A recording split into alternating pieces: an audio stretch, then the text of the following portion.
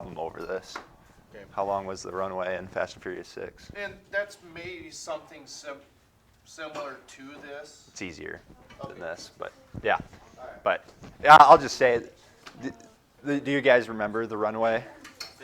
It's like a 13-minute scene with the plane moving down this runway the entire time. Well, if you do the math to see how long that runway would be, it would be what was it 18.37 miles long, which is a ridiculously long runway because we're talking about runways here. That's why it's Hollywood. It's highly improbable. The longest runway, I saw it up here, is in Quambo Bamba Airport in China. It's 3.5 miles long. That's the longest runway in the world. So 3.5 miles long. Yep, in China is the longest I'm runway. gonna beat that. You think so? Yeah, I'm gonna beat that. All right. Well, I wish you luck. Goes down the highway. Sure. One of the things we want you to consider, sorry to interrupt. No, you're good. But when you do any types of travel, where are airports? Are they? It's not that they're located in the middle of any cities, but they're probably on the edge. But think if you're designing a runway, and we were talking about, and then you find out you're 200 meters too short. Okay, I'm sure that's probably happened before.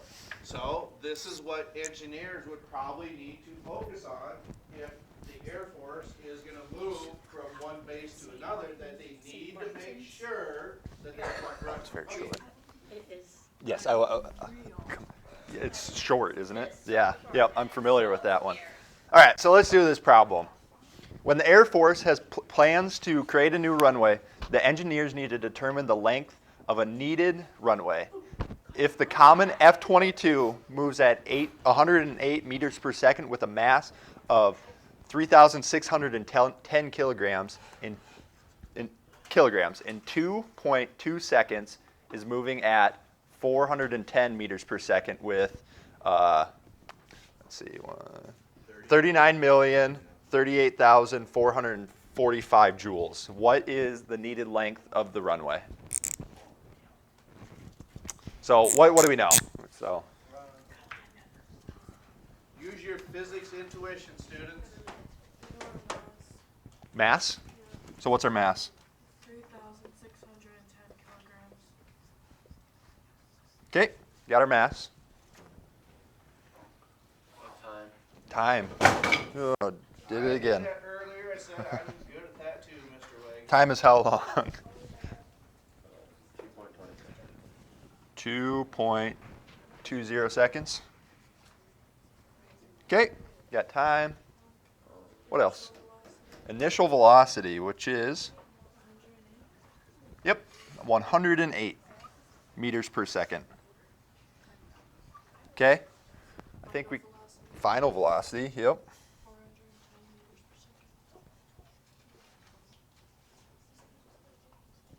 Okay. There's probably one more thing we can find.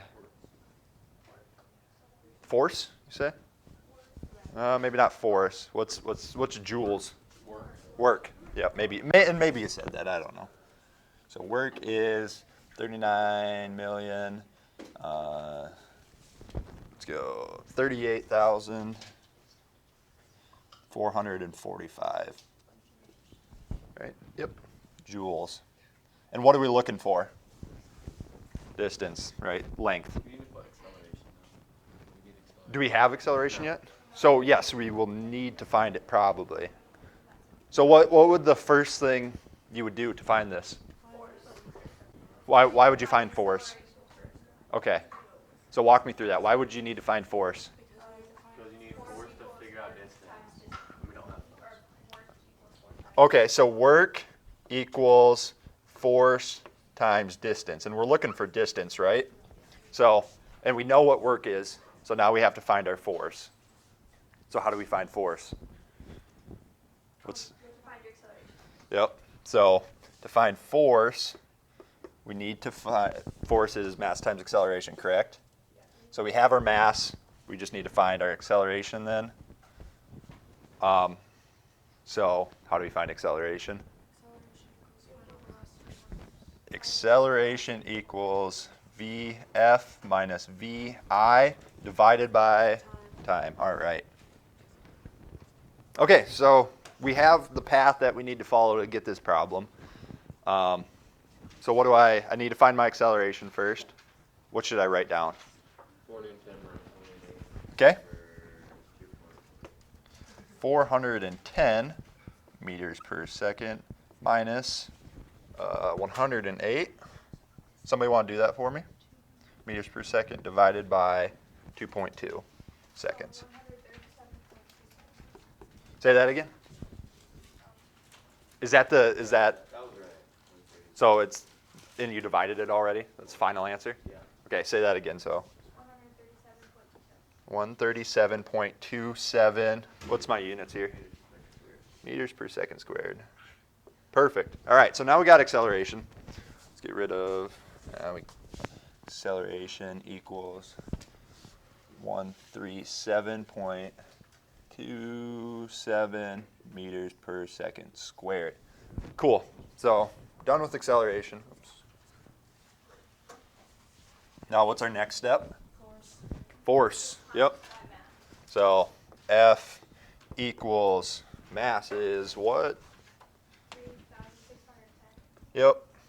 Kilograms multiplied by what we just found. 137.27 meters per second squared. Somebody wanna, I can also do it. Oh, it's 49555.4.7. Okay. 37, I believe you just get a. So, equals 495,544.7 kilograms meters per second, or also known as, what's kilograms meters per second squared? Say that again. A Newton? Is that what you said? Is that, what's this unit? What can I also call it? Not momentum. What's force measured in? Newtons. Yep. So this is the same thing as a Newton, right? So we'll just make that newtons, not to confuse everybody. So now we have force. Let's write it down. We got force done.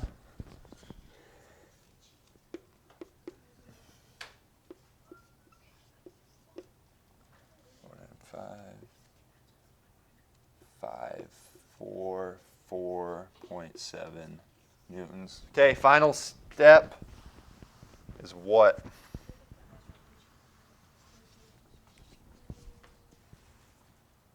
Say it louder so I can hear you. Okay, work equals force times distance, right? Yeah. So, what do I write down? I need to find That big long number. distance. Work then equals force times and then just 50. Okay, so let's go 39 million, 38,400 or 445 joules equals our force. So 495,544 newtons multiplied by the distance. Somebody do that for me. I got 78.77726,717. Here, okay. let me do it real quick. 3903. Okay, well, I'll check it. 445 divided by 495,544. So you divide 49, that one divided by force.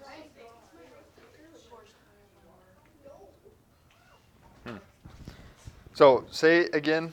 Hey, Okay, I got 78.7772. Okay. Yep, me too. Okay. I was just making sure. So I'm going to write out the math to show that we did it.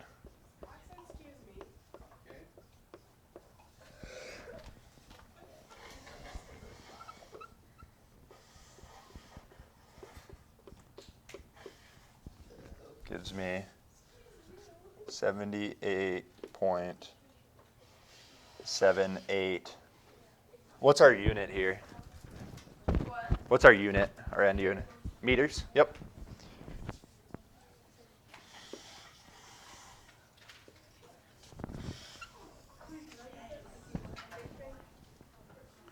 Cool? That was easy enough. You guys seem to have her mastered down. Awesome. All good? Anything else you need to? I just wanted to talk Sure. about a couple things. Thank you. Okay. So in this scenario, I think we could agree that that's probably not a very long runway. Okay? Because if we're looking at around 78 meters, it's probably about the length of our football field. Not a chance is that fighter jet going to be able to make it down that runway.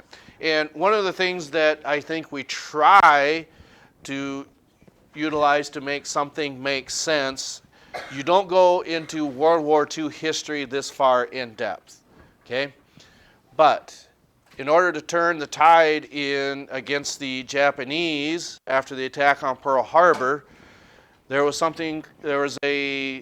what do I say, it was called the Doolittle Raid. Has anyone seen the movie Pearl Harbor? Okay. But one of the things that I think is somewhat historically accurate about that is if you're going to make an attack on this foreign country, you're not going to do it with fighter jets. Okay. First of all, these didn't exist back then. Okay. So in the movie, they do it with bombers. Okay, I think it was B-25. It might have been B-17. I don't know which one's called the Flying Fortress. I think that's B-17s. But in the movie, I think they use what's called B-25 bombers. So is that the Flying Fortress? But I think in the movie they use B-25s. But one of the things that has to happen is bombers are not meant to take off of aircraft carriers. So what happens in the movie, okay, in order to get close enough to Japan, these aircraft carriers have to get within, I think they explain 600 miles. For some reason, it just sticks out in my mind, okay? One of the things that happens is, again, bombers don't take off of aircraft carriers. They take off of airstrips, okay? You might think, well, what's the difference? Well, think about that for just a moment. What is the difference between those two? Where is an airstrip found? You know the answer, you just don't know you know it. Where could you find an airstrip? On land. But these heavy bombers had to take off on an aircraft carrier. So one of the things that would have to happen is these have to get up to speed to create enough lift to get up off the ground. So if you are carrying a very extremely heavy payload, which bombers do, if you don't get enough speed, that bomber's going down the runway on the aircraft carrier, eventually it's going to do what? Down into the drink it goes. Okay? So again, for those of us who have seen the movie, the only way that they probably got these bombers to take off is strip every available bit of weight off, whether it is turret guns, machine guns, any way that they could strip weight off of there, they took off of these planes. And I think that is something that's fairly accurate. Now it makes you want to watch Pearl Harbor. Yes. I don't know. But I think that's something that's fairly accurate. So some of the things that we talk about is we want to try to show you that we're getting real data from this. Even your horsepower activity, your force activity with arches, you're actually getting real data with that. And you're using your minds to solve complex problems. That's what we'd like to think that this is. So this is just something wrote up on the board, didn't know how accurate it was. So I would be led to believe if this is what engineers came up with for this runway, they're probably not going to be in the Air Force much longer. Okay? So how many of you have flown on a plane before? Okay? Did you leave the Sioux Falls Airport terminal? Does that sound accurate? I have no idea. I would say 3/4 of a mile. I have no idea. So 3/4 of a mile, I would be led to believe, let's see here, 3/4 of 5,000 is probably somewhere around 4,200 feet. I don't know. There's 5,280 feet in a mile. So if we take 5,280 times 0.75, it's about 4,000 feet. It's 3,960. Okay? So if you need 4,000 feet and your runway is only 3,960, it doesn't mean that it won't be successful, because this is something that you don't know. When planes take off, are they taking off with a tailwind like this, or are they taking off in a headwind like this, do you think? You got a 50-50 chance. They take off in a headwind. So if the wind conditions are just right, that might get you down the runway. Other times it might not. So again, these applications, there are real world applications that we utilize these for. That's what we want to discuss today. So let's hope that our ladies take flight over in Rapid City, just like we proved here, using our brains. I don't know. I came up with different scenarios that throughout the classes to send our volleyball players. So anyway, we'll do the best we can. That's all we can ask. So we'll catch up to you next time.